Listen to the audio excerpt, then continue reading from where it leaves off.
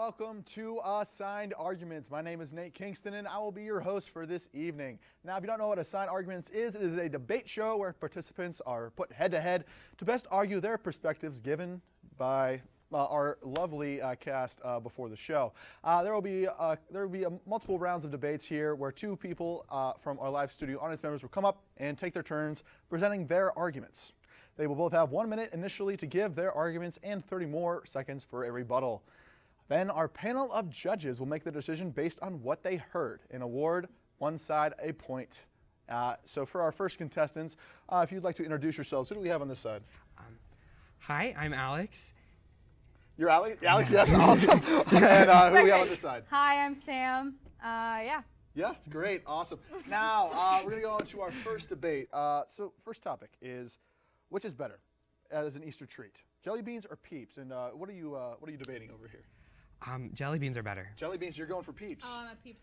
All right, all right. So I'm going to have Alex start here. You have 1 minute to say why jelly beans are better. Your time starts now. President Ronald Reagan used jelly beans to quit smoking. Now, jelly beans, when you think of Easter, you think of jelly beans. In the movie Hop, jelly beans were left behind by the Easter Bunny. And it's just one of the most common candies. They're sweet, they're colorful. Like a little kid is gonna reach for jelly beans because they're colorful. Jelly Belly has tons of flavors, and there are tons of fun games surrounding jelly beans, like the Harry Potter magic beans or the guess this flavor. Is it buttered popcorn or is it pina colada? Jelly beans are just a timeless treat that are forever going to be in a special place in my heart. Thank you. All right, all right. Sam, why do you think Peeps are better as an Easter treat? Thank you, Nathan. Well, for me, when I think of Easter, as many other people, I think of bright colors, I think of bunnies, I think of chicks. I don't think of things that look like rainbow little pieces of, I don't want to, maybe turds? I don't know. I don't want to go there, but I'll go there because that's just what I see sometimes when I think of jelly beans. But anyways, Peeps were created for Easter. They were made for the holiday. And they even expanded into other holidays, but they stay primarily for Easter. And the bright colors and the chicks and the ducks and whatever else you need, the bunnies, they just really exemplify Easter. You don't have an Easter jelly bean, you have an Easter bunny. So when I think of an Easter basket, I think of a Peep, and that's always the best thing. You put in a basket, it brightens up the basket. It's like the center of what you see, so I just think that's the classic Easter treat. Whether you like it or not, I think it just adds a great addition to any basket. All right, I'm going to cut you off right there, Sam. All right, Alex, you have 30 seconds to say why you think, your final remarks here about this. Okay, thank you. So, jelly beans. You're not going to stuff an Easter egg with jelly beans. And when you think of Easter, you think of eggs. Now, Peeps also get stale. Jelly beans take much longer to go bad, and in this way, you can kind of enjoy them longer. There's no rush to finish them. I just think that jelly beans are a more long-lasting reminder of Easter. All right. Sam, what's your final remarks on this? Why do you think Peeps are really the best? I just think they're really the best. Well, jelly beans, I don't really understand your argument of saying you wouldn't put them in eggs because I think they would go awesome in eggs. But whenever I get an Easter basket, I'm not thinking of saving it because I have many other holidays coming up that I will get candy for. So my thought is when I get that Easter basket, it's like the happiness of Easter morning. I'm ready to eat that candy and I'm ready to eat those Peeps. And honestly, I don't mind a little stale Peep, but maybe that's just me. But anyways, yeah, Peeps are just the classic image of Easter. There are many competitions that involve creating fun displays out of Peeps. And when I think of Easter, I just don't think of jelly beans. When I think of jelly beans, I think of that game that you were talking about where I get those gross flavored jelly beans, and I'm kind of scarred for life, and I don't want to have that on Easter morning. So. All right, that's the end of match one. I got some pretty good arguments there. Now, if we're going to take our attention over to our judges, where they will introduce themselves and give their thoughts. We'll start over on the side with lovely Carolina on the that side over there. Hello, my name is Carolina Loyola Garcia, and I am one of the judges. I think that both contestants are 100% wrong. Jelly beans are colorful bunny poop. That's what it reminds me of. And the Peeps, the bunny Peeps, are toxic and they are extremely bad for your health. they actually are one of the reasons for cancer research, actually, because they're at the root of cancerogenous, is that the word in English? Células cancerígenas. And so, you know, neither one of them is a true Easter classic. The Easter classic is the chocolate egg, right? The full milk chocolate egg. That's the Easter classic. But since I have to give my point to one of the contestants, I think just looking at the debating of the two arguments, Sam was a stronger debater, so I'm going to give her my point. All right, so what is your final answer there? Sam. Sam there with Peeps. That's a 1 point for Sam there. Let's see what our next judge has to say on this topic. Well, I'm Dr. Jones. I'm here to judge the arguments and, more importantly, to judge you. Think through this very carefully. I mean, so I want to judge the arguments and not the particular merits of the candies, because they both taste terrible. Valid point. But the last time that I had a jelly bean, it was in a really pretentious hipster wine tasting kit that had chalk and dirt flavored jelly beans. But it was actually the least offensive jelly bean I'd ever had. So I'm kind of but then, I mean, I can't really process the fact that you led with that Ronald Reagan used jelly beans to quit smoking. And I learned as one of my earliest lessons as a child is that Ronald Reagan never did anything good in his life. So. Not even acting. So I can't really. Oh, wow. Yeah, I mean, it's like the worst baseball movie ever. But, so my leftist politics aside, Peeps' taste of sadness and plastic, so, and cancer. Wow. And I mean, death is an important part of Easter, but I'm going to have to give the points to jelly beans. Wow. I didn't know we were going to get political over some jelly beans and Peeps, but that is a point for Alex there. It's 1-1 currently. Let's see what our next judge has to say about who won. Well, my name's Joe Hale, and I have to agree with Dr. Jones and his politics, because Ronald Reagan was no friend of Pittsburgh. With the deunionization and the shutting down of the mills and breaking of all the unions. But we're here to talk about jelly beans and Peeps. Now, jelly beans, you have Harry Potter and the earwax and booger flavored jelly beans. Like Peeps, there's no booger flavored Peep. It's all, to me, a Peep is a little slice of heaven. Like in my mind, when I go to heaven, the clouds are going to be made out of the marshmallows that Peeps are made out of. I can sit and eat a box of 10, 15 Peeps in a sitting and get a real good sugar buzz going. That's my slice of heaven. And when I go to heaven, I'm gonna be living on a cloud of marshmallow Peeps. So, I mean, I like both of these students. They're great people, but I have to go with Sam and the Peeps in the little bit lefty politics. Wow, and that is a win for Samantha Dutch there. How Peeps are the better Easter treat. We had a good debate there and some great some analysis by our judges. Now, coming up, we're going to be taking a short break, and we'll be learning a little bit about Pittsburgh artist Casey Droge. Up here next. I'm Casey Droge. I started a company called Casey Droge Cultural Productions in 2016. CDCP grew out of my own artistic practice, which was more of a social arts practice, lots of events and temporary sorts of projects that would bring the public together with artists in different ways. The whole basis of everything that we do is focused on building arts economy. And that can mean, creating financial opportunities for artists, for arts workers, for other arts organizations, galleries, nonprofits, for-profits. So we really want to funnel money into the arts ecosystem.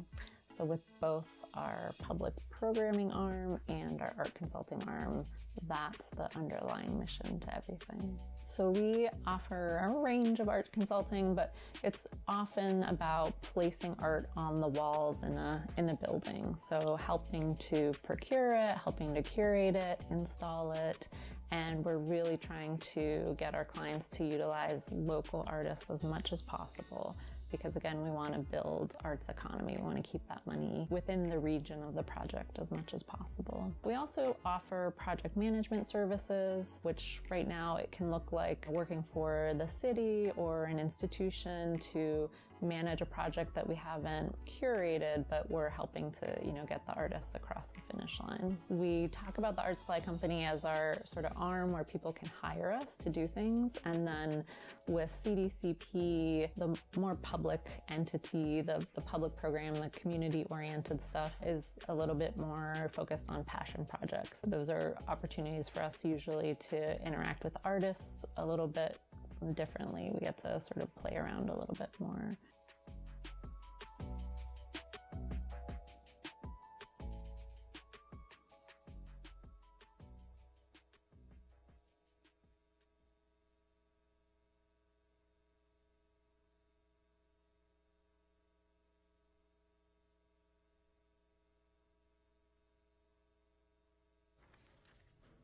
Hello, welcome back to Assigned Arguments. I have up here with me our next contestants onto our next debate here. Now, if you would like to introduce yourselves, who do we have on this side? I'm Zach. I'm pro Marvel. Pro Marvel, that's what it is. And who do we have on this side? I'm Brent Belgio. I'm anti-Marvel, anti-Disney. Anti-Disney. He has some DreamWorks right there. All right, so going over, as you, a little tease there, we have our debate is, are Marvel movies considered art? I know a lot of professors here have some strong opinions about this, and many students here. So now I'll be starting off over here with Zach, and you are for them. You're saying they are art? I am saying. All right, and I will say your time starts now. All right, and as a sign of good sportsmanship and confidence, I would just like to say good luck. Wow. All right. Okay, so it's simply just not right to not call the entire thing art, because that's like a very blanket statement. There are some movies in there that are absolutely incredible. For example, Infinity War. That movie has so much heart and soul put into it, and it ended a story with hundreds of characters that obviously should be confusing, but it wasn't. It was perfectly written. Well, not perfectly, but it was really, for the rest of what came before it was incredible. And for my other argument, my checkmate, okay? We have a professor here, Professor Ames. He one time taught me that no matter what, if you feel an emotion from something, that is art. He showed me a song where a pianist went out and just sat there. And he said it was a good art song because it made the audience angry. Thor, actually all Thors. You watch them, you get angry. You're like, oh, this is terrible. Art. Wow. Very strong argument there by Zach. Now, Brent, why do you think they are not art? Your time starts now. Well, you were talking about the emotions that I feel when I'm watching Marvel movies. Well, the only emotion that I feel is the corporate greed that Disney, that's a front. It's a front. What is Disney known for? Amusement parks. That's what they're known for. So whenever I'm going into a Marvel movie, I'm not expecting, a nice masterpiece of maybe like a DC Comics film like The Dark Knight trilogy. No, those are art films. But when you're talking about Disney and Marvel movies, whenever I go in there, I grab my popcorn, I'm expecting to go on a roller coaster ride that probably doesn't even work half the time. You know what I'm saying? I don't know what they're doing with these movies. I don't like them. All right. Now, Zach, you have 30 seconds to rebuttal why you think they are art based off of what he said. You stole your side from Martin Scorsese. You literally ripped it right from a quote of his. All right, okay. If you were to say they're all for money, then explain Infinity War to me. If it was all for money, that movie would not be good. That's it. Wow, straight into the point there. All right, Brent, you have 30 seconds to debate why it isn't art. Is it really an art piece if it takes like 30 movies to set up one movie that just is good, I guess, you know? Meanwhile, you could have just one standalone movie, such as, if we're still talking comic book movies, The Dark Knight, that was only 3 movies. Perfect, that's all it needed. Didn't need any more than that. All right. All right, that's it for our second debate here. Let's see what our judges have to say on this and see who they side with. Starting off with Joe Hale this time. All right, get off my lawn. You know, for me, Marvel, I like the minor league Marvel movies or shows like Agents of S.H.I.E.L.D. You know? This is a tough one. I mean, there's definitely some art involved in it, but there's definitely some corporate greed also involved in the process here. And I don't know if I'm a DC or a Marvel guy, so I'm kind of torn and undecided about this, but I would say since I'm an angry get off your lawn or get off my lawn kind of guy, I have to go with Brent. All right, that is 1 point for Brent and 1 point against Marvel movies not being art. Let's see what our next judge, Doc Jones, has to say about this. This makes me so sad. I'm glad you're not being graded. I'm glad I'm not grading you for this nonsense. All right, so I have to decide between agreeing with Professor Ames on something and agreeing with Joe about something. I don't like this. That's the real decision. Okay, so let's see. So let me just go through the things that I'm glad I'm not grading you guys on. The idea that art is good. And that things that are bad are not art. What do you mean art is good? Yeah, they were saying, is it good or is it bad or is it art? I just love that. I mean, that's just like not a thing. Anyway, yeah, so let's not go there. But I'm just gonna try and unpack this thing with saying that Disney are money grubbing what? Corporate greed. Corporate greed. And Warner Brothers Discovery is, I mean, just incompetent corporate greed? They don't have an amusement park. Because they're not smart enough to. Okay, interesting. Wow. Yeah, and that, all right, so 3 Dark Knight movies and decades of horrible movies. I think that's interesting. And also, I have to either say that Marvel movies are art or Martin Scorsese is not a pretentious jerk. Because these things are both, all right, so let's, I've gone long enough. On the basis of Thor Ragnarok alone, Marvel movies are art. Here first, we have 1 point for Zach on there, saying that Marvel movies are art, thanks to Doc Jones. Let's see what Carolina has to say to break this tie. Yeah, you're the decider here. I know. What is art? With my seniors, we've been discussing that the whole semester. And there is no one answer ever since the Impressionists. That question became unanswerable. Modernism broke the definition of what art is. But, in my opinion,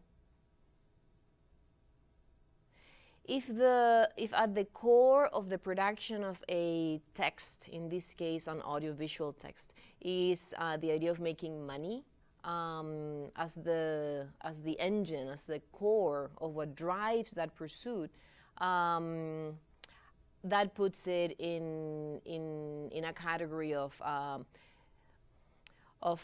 business, of factory, of industry. There is craft, yes, there's definitely craft. Excellent attention to detail and precision and craft. But I think the soul of the intention of communicating gets somewhat lost in the pursuit of profit and of having to validate a work based on its ability to profit. So being that Disney is one of the, 6 corporations that sort of own, most of the media through the system of vertical integration, I would vote for Brent's point that Marvel movies are not art and they're more of a money-making enterprise. Wow, and the points go to Brent over there that Marvel movies are not art. Ah, that's a big winner there. Sad loss for Zach there. Anyway, coming up, we'll be going over to our third debate, but right before that, in this break, we'll be seeing an animated painting project with a small motion group for motion graphics made together to celebrate the work of Paul Key right after this.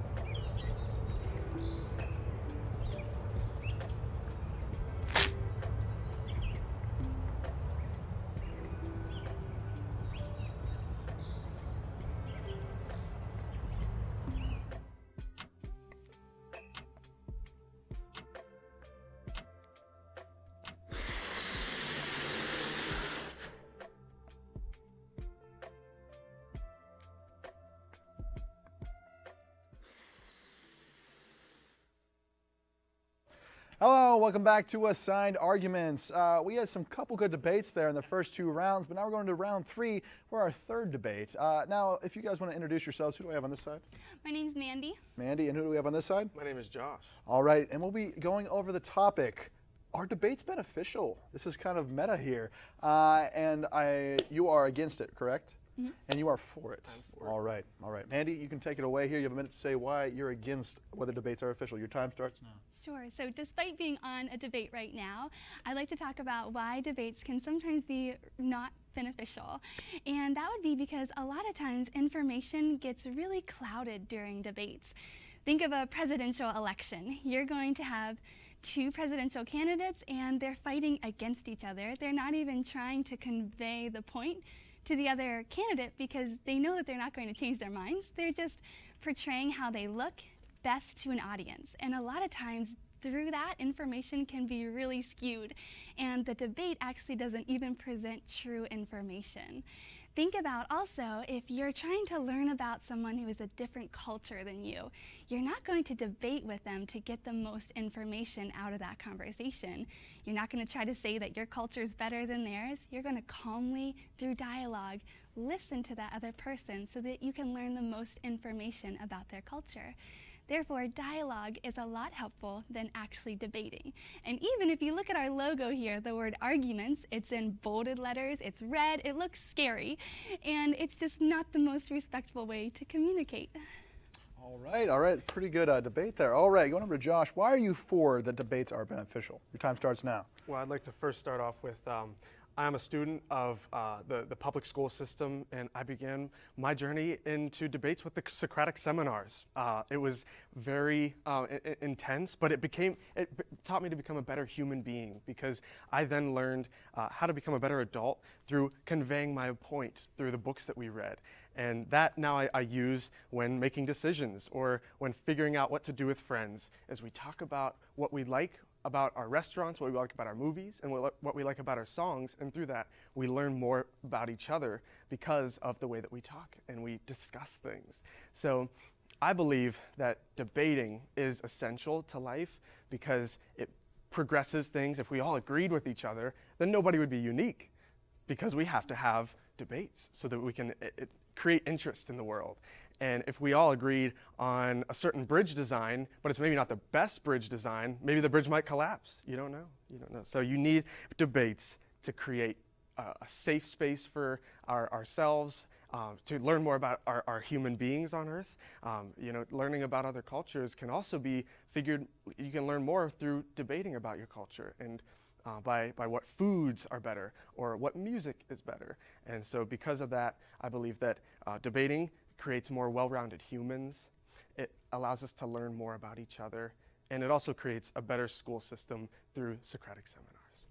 All right. Now, Amanda, you have 30 seconds to rebuttal based off of what he said. Your time starts now. Sure. So though debating can be helpful and it can be useful in different ways, a lot of times that information can get really clouded and it becomes disrespectful. So instead of a debate, you can possibly have a conversation, or on a bigger level, think of a teacher presenting information to students. They're not going to debate directly with the students all the time, or the teacher and the students would get burnt out. They're going to convey information through points on a PowerPoint or through lesson plans, something very calm and systematic and respectful, and that's the best way to communicate it so that it is calm and peaceful. That's the best way students and other people around us can learn. So though it can be helpful, to do it the most respectful way can be done without a debate. Debates have been going on for thousands of years. It's very primitive, and we live in a very modern world where we're trying to learn to celebrate differences rather than dispute them. All right, very, very fair there. All right, Josh, you now have 30 seconds to rebuttal based off of what she said. Go ahead. I hear your points. I do, babe. But I would like to reiterate my point again of that debate can create progression in our society through developing cures for diseases. That if maybe a Pitt medical student has a case for a medical study, but a Yale student has a better case, then they might argue or debate, and they might actually find a commonality in between the debate. So I believe, again, that the progression of our world happens through debate, and that we also learn more about each other. All right. Now let's see what our judges have to say about this last debate here. I'll be starting off with Joe Hale this time to see his thoughts. Well, I get to go first again. I think they both did a really eloquent job, and when I first saw this topic, I was like, this is kind of a dumb, topic, and I didn't quite, understand exactly how they were going to approach this, and I was really pleasantly surprised at how both of you approached this. And I agree that sometimes there has to be debate, but as we've seen over the last handful of years, it's hard to change people's minds. So a lot of times debating just creates a gap, and people are mad at each other. I think we need more peace, love, and understanding and discussion, in what I would say, instead of debate. So I have to go with against debate. All right, that is against debates. That's a point for Mandy there. Let's see what Dr. Tim Jones has to say about this. Yeah, I agree. This is a very interesting, far more interesting, nuanced conversation than I was expecting. On the one hand, there are students who've been in my classroom. I am far too lazy for PowerPoint, so we debate. Very honest, I love it. But I recognize from a kindergarten teacher perspective that might not be as effective or certainly as calming as what students require. So, on the other hand, the conversation I just had in the commercial break with Professor Laura Garcia, where I was discussing with her about the fact that she was wrong about Disney movies, Marvel movies being art. So we talked about Taxi Driver, we back and forth, and we ended up talking about Jeff Koons and this idea of concept art, and and I just realized that actually Marvel movies can be art by being incredibly bad, and the artwork is the chutzpah of making all that money. It's concept art. So through that conversation in the commercial break, we came to new understanding. I think you guys didn't. So debate, Well, we'll find out in a minute, won't we, Joe? So we'll find out. So I think that in that instance, debate led to dialogue, and we're both better for it. So I say yay to debate. All right, we have another toss-up here in a tie going in to our final decision by Carolina again. Let's see what the final verdict is here.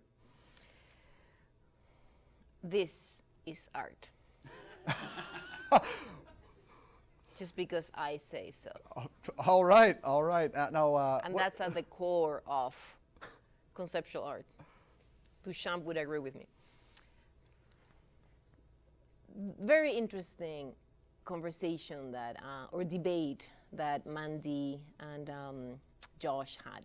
And I want to say congratulations to them because they're getting married this summer. And they are going to learn all about debating and arguing, which marriage has a lot of. But I wish you both the best.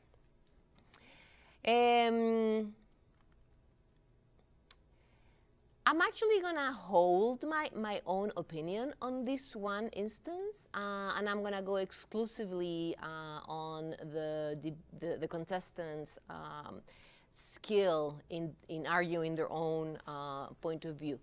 And I'm gonna say that how could anybody resist the charm, the smile, the warmth, the welcoming presence of contestant Mandy.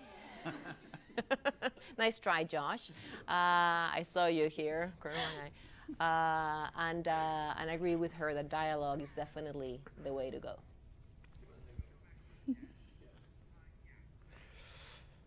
So, what is your final argument again? That dialogue is the way to go. So I am giving my point to Mandy. Mandy, that is a sweep for Mandy there on the win. That debates are not beneficial. All right, that's a good win there for Mandy. All right, now, oh yes, lovely, lovely handshake there, lovely handshake.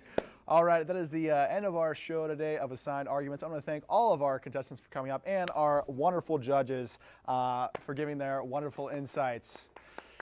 And we will see you next time, if there is a next time, for Assigned Arguments.